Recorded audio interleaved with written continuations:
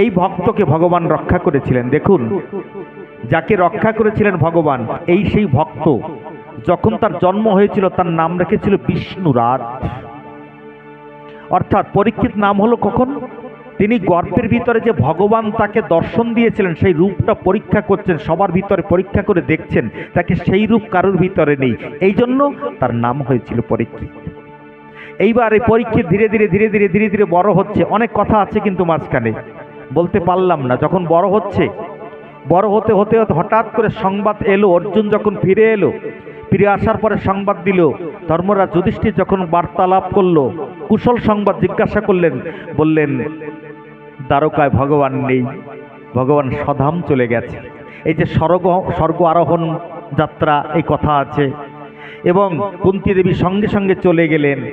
তৎপশ্চাৎ পঞ্চপাণ্ডব গৈরিক বেশ ধারণ করে তারা স্বর্গ আরোহণ করেছিল। আর এই যে পরীক্ষিত ধীরে ধীরে ধীরে ধীরে বড় হয়েছিল, পরীক্ষিত মহারাজ তখন তাকে বসিয়ে দিলেন কোথায়? কোথায় বসালেন মা? হস্তিনাপুরের রাজ সিংহাসনে, যেখানে ধর্মরাজ যুধিষ্ঠির রাজা হয়েছিল, কুন্তী দেবী রাজমাতা হয়েছিল। আজ সেই শশগরা পৃথিবীর রাজা কে? কে মা? পরীক্ষিত মহারাজ। এইবার এই পরীক্ষিত মহারাজ যখন রাজা হলো, দেখুন আমি ছোট্ট করে বলে যাই, এবার ওই কোষের ভিতরে যখন ভিতরে প্রবেশ করলেন, কোথায়? রাজকোষের ভিতরে যখন প্রবেশ করলো, দেখে ওখানে ভালো ভালো পোশাক রয়েছে, ভালো ভালো মুকুট রয়েছে, স্বর্ণ মুকুট। তো কি করলো? একটা পোশাক পরিধান করলো। এই জন্য আপনাদেরকে কাল বলেছিলাম যে ভাগবতে আসতে গেলে বৈষ্ণব সভায়, সুখ সভায়, হরি সভায়, সৎসঙ্গে যেখানে যান না কেন মা, সাত্ত্বিক বস্ত্র পরিধান করে সেখানে যেতে হয়। যদি সাত্ত্বিক বস্ত্র পরিধান না করে যান, মন পবিত্র হবে না, আর মন পবিত্র না হলে তার দ্বারা ভগবানের কোনো সেবা হওয়া সম্ভব নয়। কেমন হয় দেখুন, তার বাস্তব প্রমাণ নিয়ে যান। আর যখন পোশাকটা পরলেন, ওই পোশাকটা কার ছিল জানেন? ওই পোশাকটা ছিল দুর্যোধনের। এই দুর্যোধনের পোশাকটা যখনই পরলো, সঙ্গে সঙ্গে একটা তামসিক ভাব হৃদয় মন্দিরে জাগরিত হলো। আর তামসিক ভাব জাগরিত হয়ে যাওয়ার সঙ্গে সঙ্গে মৃগয়ায় যাওয়ার ইচ্ছা হলো। কোথায় যাওয়ার ইচ্ছা হলো মা? মৃগয়ায় যাওয়ার ইচ্ছা হলো।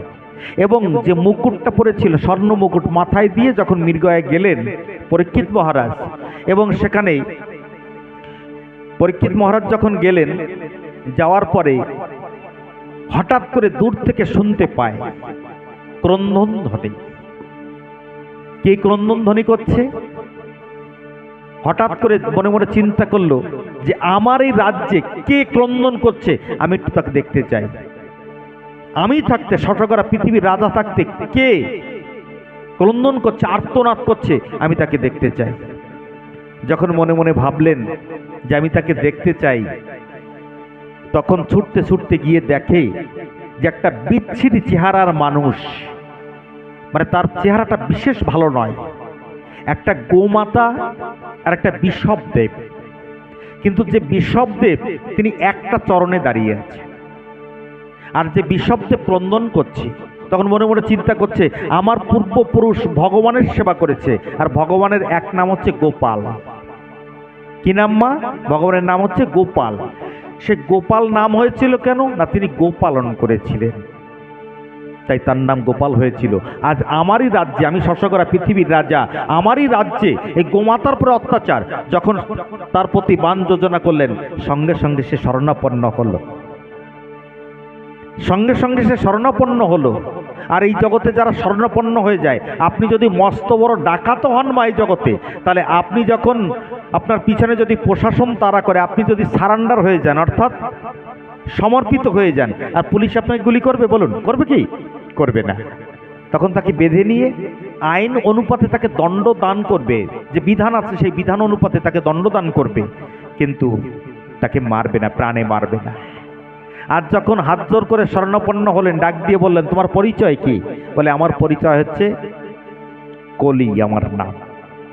সত্য, ত্রেতা, দাপার চলে গেছে, এখন কলিযুগের আগমন, তাই আমি প্রবেশ করছি তোমার রাজ্যের ভিতরে। যখন বলছে আমি প্রবেশ করছি তোমার রাজ্যের ভিতরে, তখন বলছে এরা কারা? তখন বিষবদেবকে জিজ্ঞেস করলো তুমি কে? বলে আমি ধর্ম। বলে তোমার আর তিনটে চরণ কই? বলে সত্য যুগে আমার চারটে চরণ ছিল, ত্রেতা যুগে তিনটে চরণ, দাপর যুগে দুটো চরণ, কলিযুগে মাত্র একটা চরণ। আচ্ছা, আপনারা জানতে চান এই ধর্মের চারটে চরণের নাম কি? বলবো। চারটে চরণ হচ্ছে, একটা হচ্ছে সত্য, দয়া, তপস্যা আর শৌচতা। তাহলে একটা চরণ হচ্ছে শৌচতা, একটা হচ্ছে দয়া, একটা হচ্ছে তপস্যা, একটা হচ্ছে সত্য। দেখুন, মানুষ বলে আমরা দয়া করতে পারি, কিন্তু দয়া বর্তমান মানুষের ভিতরে নেই। শৌচতা, অনেক মানুষ দেখবেন অনেক শৌচতা দেখাই জগতে, কলিযুগে শৌচতা রাখতে পারে না মা। বহু দেখেছি আমি, 10 বছর 15 বছর কঠিনভাবে থাকার পরে পথভ্রষ্ট হয়ে যায়। শৌচতা কলিযুগে নেই। তপস্যা কলিযুগে নেই, 3টে চরণ নেই, একটা চরণে দাঁড়িয়ে আছে। সেই চরণটার নাম কি জানেন মা? বলবো, সেটা হচ্ছে সত্য। যদি সত্যকে আপনি ধরে রাখতে পারেন, ঠাকুর ভবা পাগলা তার একটা গানের ভিতর বলেছে, কইতে শিখো সত্য কথা, এতে যদি হয় তোর মরণ অমর কুলে রইবে গাথা।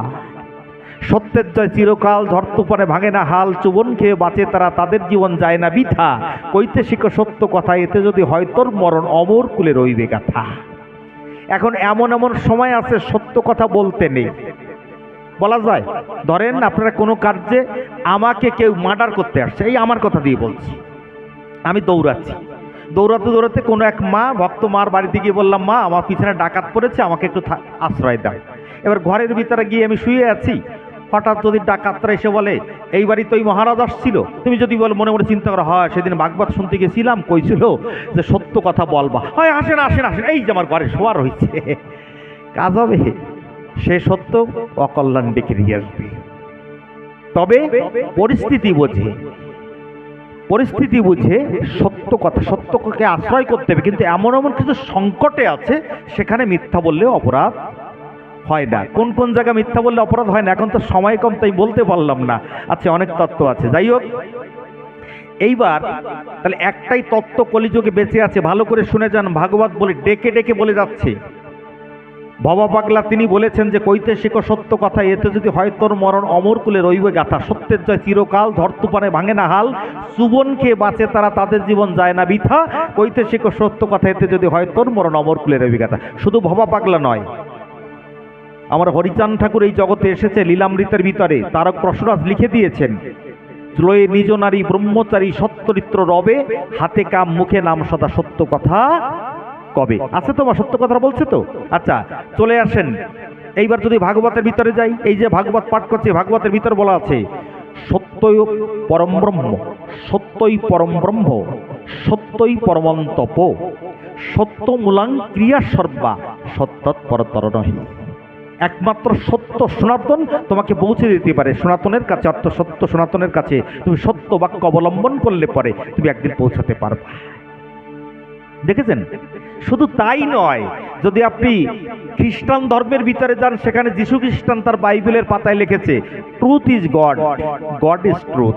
ঈশ্বরই সত্য, সত্য ঈশ্বর।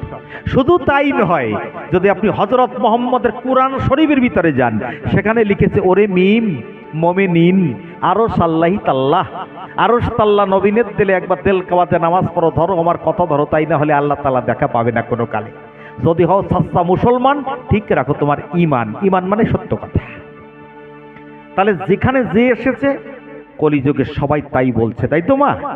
তাহলে আমরাও একটু চেষ্টা করব যে আমাদের এই মুখে যদি সচরাচর মিথ্যা কথা বলছি, মিথ্যা কথা বলেই যাচ্ছি, এদিকে বাবা মালা জপ করছি, তিলক নিচ্ছি, বহির্বেশ নিচ্ছি, সব কিছু নিচ্ছি, কাজ হবে না। এই সবগুলো করবেন, তার সঙ্গে বাক্য সত্য রাখবেন।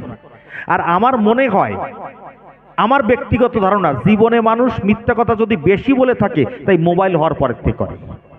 বললাম কি ভাই? আপনি কাউকে জিজ্ঞেস করবেন, খোকন বাবা কোথায় আছো? কাকা এই যে আমি চলি আইছি, এই যে আর কুরকুন্ডে চলে আইছি, দেখা যাচ্ছে রয়েছে অর্কেল। ঠিক বলছি কি ভুল বলছি বলেন? আর যত মিথ্যা কথা, যত জঞ্জাল, মানে যত সুবিধা হয়েছে তত অসুবিধা হয়েছে। মনে মনে ভাববেন, মহারাজ একবারে ঘরে একবারে শুয়ে পড়ি, আমরা দুনিয়ার খবর নিয়ে নিচ্ছি, আর আপনি তাকে খারাপ বলছেন। না, খারাপ বলছি না, খারাপ বলছি না, তবে খারাপ হয়ে গেছে। তাই আমি অনুরোধ করে যাব, ধর্ম রক্ষা করতে গেলে আপনারা সত্য বাক্য রক্ষা করবেন। এইবার গোমাতাকে জিজ্ঞেস করলো, তুমি কে? বলেন ধারিত্রী মাতা। সবুজে সবুজে ঢাকা আমার ভারত মায়ের অঙ্গ, যুগে যুগে ঈশ্বর চাহেন এই মায়েরই সঙ্গ। কত অবতার নেমে এসেছে এই সঙ্গ, সেই ধৈরিত্রী মাতা কষ্ট পাচ্ছে। এইবার ওকে জিজ্ঞেস করলো তোমার নাম কি? বলে আমার নাম কলি, আমি তোমার রাজ্যে প্রবেশ করছি, তবে আমাকে 4টে জায়গা থাকতে দেবে, কিছু জায়গা দাও। তখন কলিকে 4টে জায়গা দিল। বলি একটু, শুনলে কষ্ট পাবেন না তো আপনারা? আচ্ছা, 4টে জায়গা কলিকে প্রদান করেছিল পরীক্ষিত মহারাজ। প্রথম হচ্ছে যেখানে মুদিরা পান হয়, যেখানে মদ্যপান হয় সেখানে কলির প্রথম স্থান। দ্বিতীয় স্থান যেখানে জুয়া খেলা হয়। তৃতীয় স্থান যেখানে বেশ্যাবৃত্তি হয়, গণিকাবৃত্তি, যাকে শুদ্ধ বাংলায় বলে গণিকাবৃত্তি, চরিত্র নিয়ে খেলা করা হয়। চতুর্থ স্থান যেখানে হিংসা হয়। এই 4টে স্থান দিলেন। আচ্ছা আপনারা বলুন, যত ঝগড়া দেখবেন ওখানে ঝগড়া হচ্ছে কি নিয়ে? বলে মদ পান নিয়ে ঝগড়া হচ্ছে, মদকে এসে ঝগড়া করছে। কত সংসার উজাড় হয়ে যাচ্ছে বাবা, কত সংসার। আবার নিজে মদ খেয়ে আসছে, আবার বউকে এসে ধমকাচ্ছে তুমি ভালো করে চলবে। কত সংসার উজাড় হয়ে যাচ্ছে কিনা, যাচ্ছে কিনা বলো? কেউ আসছে সন্ধ্যার সময় মদিরা পান করে, একজন এসে আমার দেখা, একজন এসে হাত দুলতে দুলতে এসে বলছে তার স্ত্রীর নাম হচ্ছে অমেলা। বাবা এই জায়গায় কেউ অমেলা টমেলা আছে নাকি? আমি তারে বলছি না, খবরদার খবরদার। আর মদিরা পান করে নেশাগ্রস্ত হয়ে দেখুন ভাষা পরিবর্তন হয়ে যায়, এখন বলছে অমেলা অমেলা। এখন যে সিধা দরজা বাবা, সেই সিধা না যাইয়ে পাশে বড়ই কাটা দেয়া রয়েছে, ওই বড়ই কাটার পথে যাই চিতই পড়েছে। চিতয়ে বললি পরে এখন ঘরে অমেলা মনে মনে চিন্তা করছে স্বামী দেবতা এসে গেছে, বেকায়দা ঘটিয়ে গেছে। ঘরের 4টে হেরিকেন জ্বালায় নিয়ে আস্তে আস্তে এসে বলছে ও গো তুমি এখানে পড়ে থাকবে কেন, চলো ঘরে চলো। আমি এখানে ভালোই আছি। বলছে এখানে থাকলে তোমায় বিছাই কামড়াতে পারে, সাপে কামড়াতে পারে।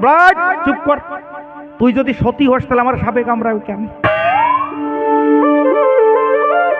যে ঘর থেকে হেরিকেন জ্বালিয়ে দেখতে আসলো, যাকে সুবিধা করার জন্য, তাকে ঘরে নিয়ে যাওয়ার জন্য চেষ্টা করছে, তাকে ধমকি দিয়ে বলছে তুমি সতী হলে আমার সাপে কামড়াবে কেন? তার সতীত্বের পরে কি পরিস্থিতি দেখো। কত সংসার এই গাঁজা মদ খেয়ে ধ্বংস হয়ে যাচ্ছে। আমি এমনও লোক দেখেছি, আমি ছোট্ট একটা কথা বলবো বাবা, আর তো সময় পাই কি না পাই, যাওয়ার সময় তো বলে যাই। একজন গাঁজা খায়, জানেন, মদের কথা বলেছি বাট গাঁজার কথা শোনেন। আপনারা বলবেন কি মহারাজ আপনি এত সুন্দর করে বলছেন, আপনি জানেন কি করে এগুলো? আমরা দেখি যা। তা গাঁজা খায় দেখবেন তার যে ছোট্ট একটা এরকম তক্তার মতো থাকে, থাকে কিনা বাবা? তার নাম দেশে প্রেম তক্তি। আবার তারপরে যে একটা এরকম একটা চাকুর মতো আছে, তাই দিয়ে গাঁজা কাটে, যে কাটারি, তার নাম আছে রতন কাটারি।